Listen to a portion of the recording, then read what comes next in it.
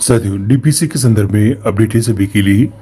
5 साल से अटकी थर्ड ग्रेड शिक्षकों की पदोन्नति पर फैसला अब 10 सितंबर को होने वाला है और ये अंतिम फैसला भी है और यहाँ आप सभी के लिए दे रखा है। 10 सितंबर को सुप्रीम कोर्ट में सुनवाई है।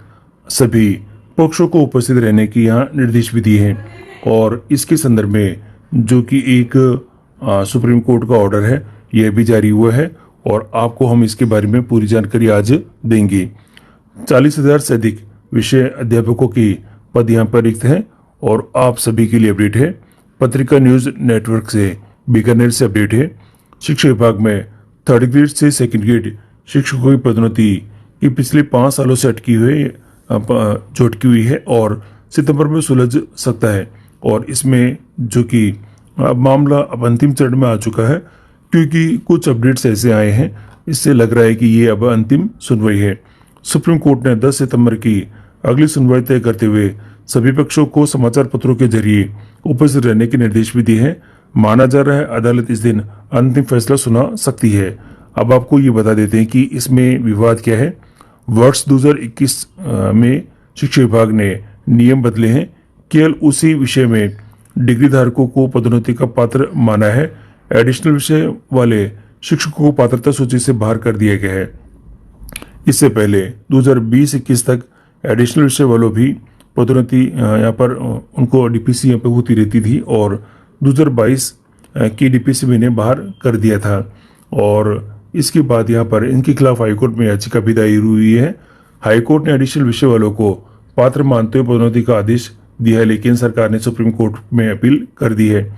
अब साथियों, जो दावा किया जा रहा है कितने पदों का है वो देखिएगा।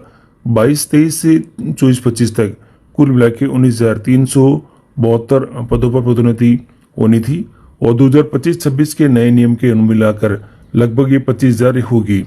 इतने ही पद सीधी भर्ती से भी भरे जाएंगी क्योंकि जितने पदों पर डीपीसी होती है उतने ही पद पर जो भर्ती भी यहाँ पर होती है और वर्तमान में 40,000 से अधिक पद वरिष्ठ अध्यापक के यहाँ पर रिक्त दिखाई दे रहे हैं। क्यों होती है एडिशनल डिग्री की होड़? देखिए सर, यहाँ जो दे रखा है वरिष्ठ अध्यापक के विषयवार पद एक समान नहीं होते हैं।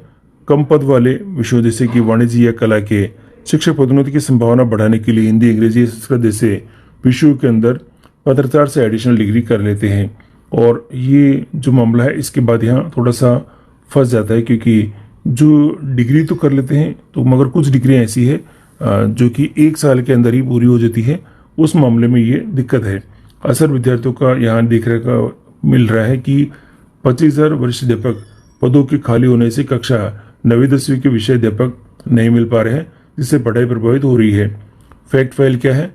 अटकी पदोन्नति 5 साल से है और इसके अंदर देखिएगा आपको यहाँ पर जो कि सुनवाई है 10 सितंबर को। विवादित जो पद है आपके 25,000 है, कुल रिक्त पद आपके पास में 40,000 है और बच्चे जो 9वीं-10वीं के बच्चे यहाँ पर प्रभावित हो रहे हैं। देखिए सर, तो एक जो ऑर्डर्स है ये आपको यहाँ इन्होंने पोस्ट करा है, सुप्रीम कोर्ट के निर्देश की प्रति दे रखी है और मैं आपको दिखा देता हूँ कि इसमें क्या कहा गया है और क्या इसमें अपडेट यहाँ पे है। साथियों, यहाँ जो सुप्रीम कोर्ट में जो ऑर्डर्स है उसमें बता रखा है कि जिन मामलों में तामील पूरी नहीं हुई है वहाँ आज से 2 सप्ताह के भीतर स्थानीय स्तर पर व्यापक रूप से प्रसारित 2 समाचार पत्रों टाइम्स ऑफ इंडिया अंग्रेजी और दैनिक भास्कर हिंदी में प्रकाशन के माध्यम से तामिल को प्रभावी बनाया जाए।